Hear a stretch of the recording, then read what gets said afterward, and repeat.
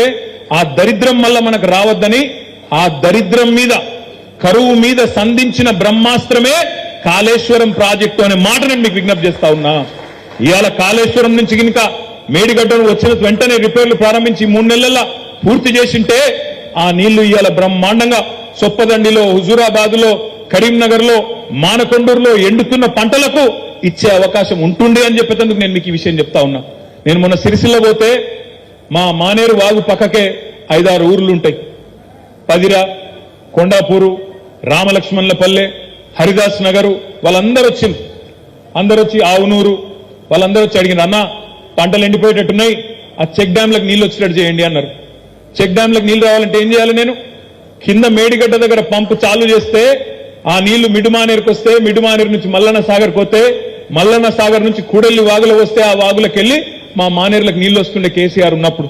కానీ ఇలా ఈ సన్నాసి రేవంత్ రెడ్డి వచ్చినాక ఆయనకి ఏదీ తెలియదు. కాళేశ్వరం ఏందో తెలియదు, మేడిగడ్డ ఏందో తెలియదు, మల్లన్న సాగర్ తెలియదు, చెరువులు నింపుడు తెలియదు, వాగులలో నీళ్లు పోసుడు తెలియదు, రైతుల పంటలు కాపాడు అంతకంటే తెలియదు.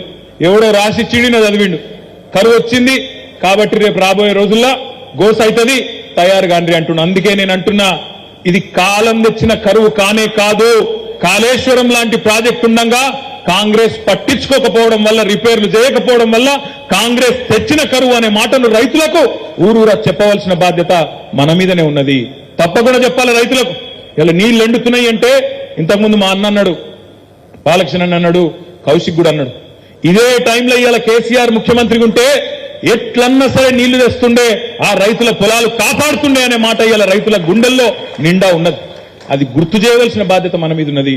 సునీల్ రావు గారు ఇప్పుడే మేయర్ చెప్తున్నాడు, అన్నా మనం ప్రభుత్వంలో ఉండగా కరీంనగర్కు రోజు నీళ్లు ఇచ్చే స్కీమ్ చాలు చేసినామన్నా, కానీ దరిద్రం ఏంటంటే ఇప్పుడు ఎల్ఎండీలో నీళ్లు లేవు, కాళేశ్వరంలో కింద వీళ్ళు పట్టించుకోక, అక్కడ మేడిగడ్డ కాడికెళ్ళి నీళ్లు లిఫ్ట్ చేయక, లేదా ఆడికెళ్ళి నీళ్లు తెచ్చే ముఖం లేక కేసీఆర్ ను బద్నాం చేయాలని ఇలా ఎల్ఎండీని ఖాళీ చేస్తానన్నా.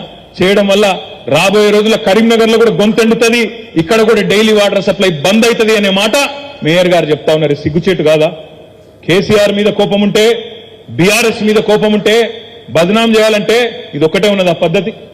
రైతుల పొలాలు ఎండాలి, ప్రజల గొంతు ఎండాలి, బతుకులాగం కావాలి అని చెప్పి అప్పుడు మళ్ళీ కేసీఆర్ ని తిట్టాలి అని ఒక చిల్లర ఆలోచన తప్ప, చిల్లర రాజకీయం తప్ప ఇది ఒక ముఖ్యమంత్రికి ఉండవలసిన పద్ధతేనా? ఇది ఆలోచించమని చెప్పి నేను కోరుతా ఉన్నా. ఇక